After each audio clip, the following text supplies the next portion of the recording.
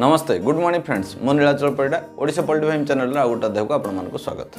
गला काली आमे वीडियो नै गिरी आस्थिले जे एफसीआर बढ़िया पछर कारण आमे खोजिथिले सेइथरे आमे सातटा कारण फाइंड आउट करथिले। ता भीतर प्रथम कारण होची फीड ड्रॉपिंग। ए फीड ड्रॉपिंग काहे को हुए तार आमे कारण खोजबा आ कोन सॉल्यूशन हे परिबो या ऊपर भी आज आमे वीडियो रे कथाबा। फीड ड्रॉपिंग प्राय समस्त फार्मर ए प्रॉब्लम को फेस करछन्ते बहुत important topic.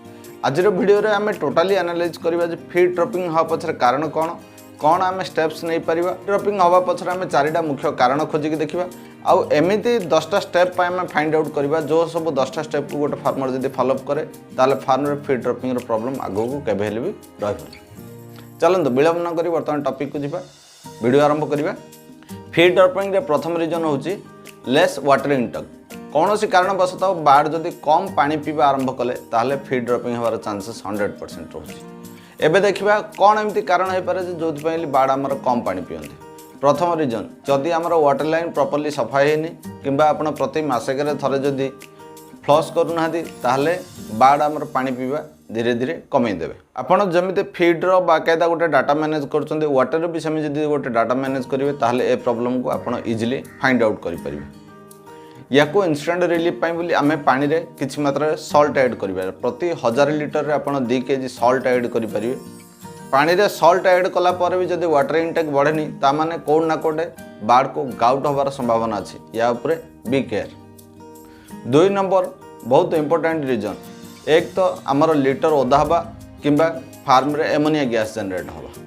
A problem farmer निजो निज रिकवरी करिया पे प्रथम दिन छला आपण लीटर कंडीशन फ्रिक्वेंटली चेक करंतु। जदि लीटर खराब हो जाउची से जगह रे लीटर रे आपण चून व्यवहार करंतु। 2 नंबर सॉल्यूशन हला आपण फैन रे यूज करबे। फैन चेष्टा करंतु सब बेले क्रॉस वेंटिलेशन रे फैन जमी देबे। यार 3टा फायदा अछि। प्रथम फायदा हला हमर लीटर सुखला हो। द्वितीय फायदा हला एमोनिया गैस को बाहर को रिलीज हो जिवो। 3 नंबर जिंस हला जे बार्ड को गोटे एडुकेट टेम्परेचर मिलिबो। यार 3 नंबर सॉल्यूशन जे देखा जिवो जदि आमे चून मारिकी बा फैन लगे जदि लीटर को मैनेज कर पान स्टिल लीटर आमर ओदा रोची से जगह आपण जो जगह लीटर बहुत खराब हो से लीटर को बाहर करके से नुआ लीटर रो बंदोबस्त करन। चलंतु एबे आउ कोन कारण हे पारे हम खोजबा। 3 नंबर कारण आमर लिवर प्रॉपर्ली फंक्शन न करबा। कुकुडार लिवर जदि प्रॉपर्ली फंक्शन न कला ताले भी बार्ड को फीड ड्रॉपिंग होबार चांसेस अछि। एबे देखिबा लिवर काहे कि फंक्शन प्रॉपर्ली करूनी या पछरे 3टा रीजन अछि। प्रथम रीजन है जितेबाला आम फीड चेंज करुँच मास फीड रु पेलेट फीड को जितेबाला जाऊँ से समय बार्डर लिवर किसी मात्रा फंक्शन करा कमे दिए कहीं मास फीड बार्ड जी इनटेक करथिला जी खाऊला पेलेट फीड को ताठू अधिक मात्रा खाई अधिक खाଇବା द्वारा भी तार लिवर फंक्शन किसी मात्रा कमी जाए। 2 नंबर रीजन कौन हो पारे जदि क्लाइमेट टेम्परेचर फ्लक्चुएसन है हठात टेम्परेचर बढ़ला कि टेम्परेचर कमिला मु आगु आपण मानू कहीकि रखी ब्रॉयलर फार्म रे कुकुड़ा बढ़िया 25 रु 26 डिग्री होची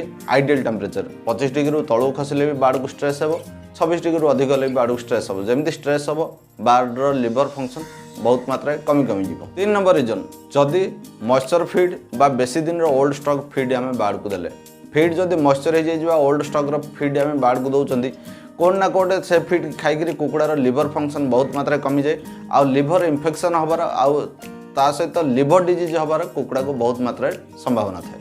4 नंबर और फाइनल रीजन बार्ड को फैटी लिवर बा लिवर इन्फेक्शन।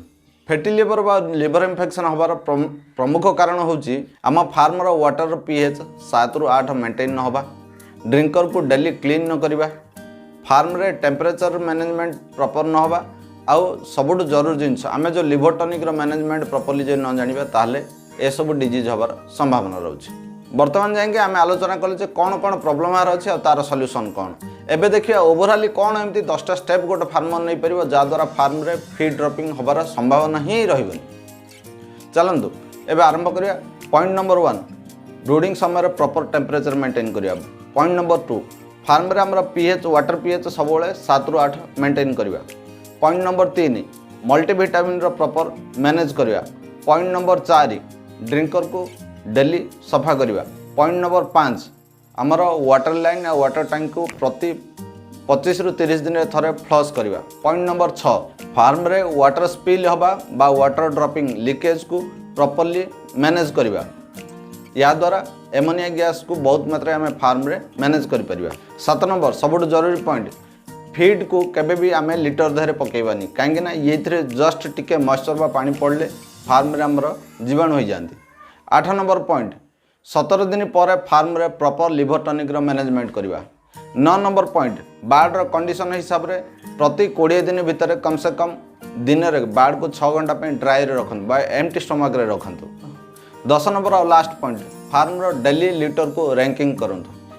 ए 10टा पॉइंट की जो फार्मर प्रॉपर्ली मैनेज करि परियो फार्म रे फीड ड्रॉपिंग होबार चांसेस 99% कंट्रोल हो। चलतु ये थिला प्रथम पॉइंट उपर आम कथा जे फार्म रे फीड ड्रॉपिंग केमती आम मैनेज करवा। नेक्स्ट वीडियो आम नहीं आसवा ऑक्सीडाइसिस आ व्हाइट डायरिया रे केमती फार्म रे हमर एफसीआर को बहुत मात्रा बढ़ी जाए ता ऊपर आलोचना करवा।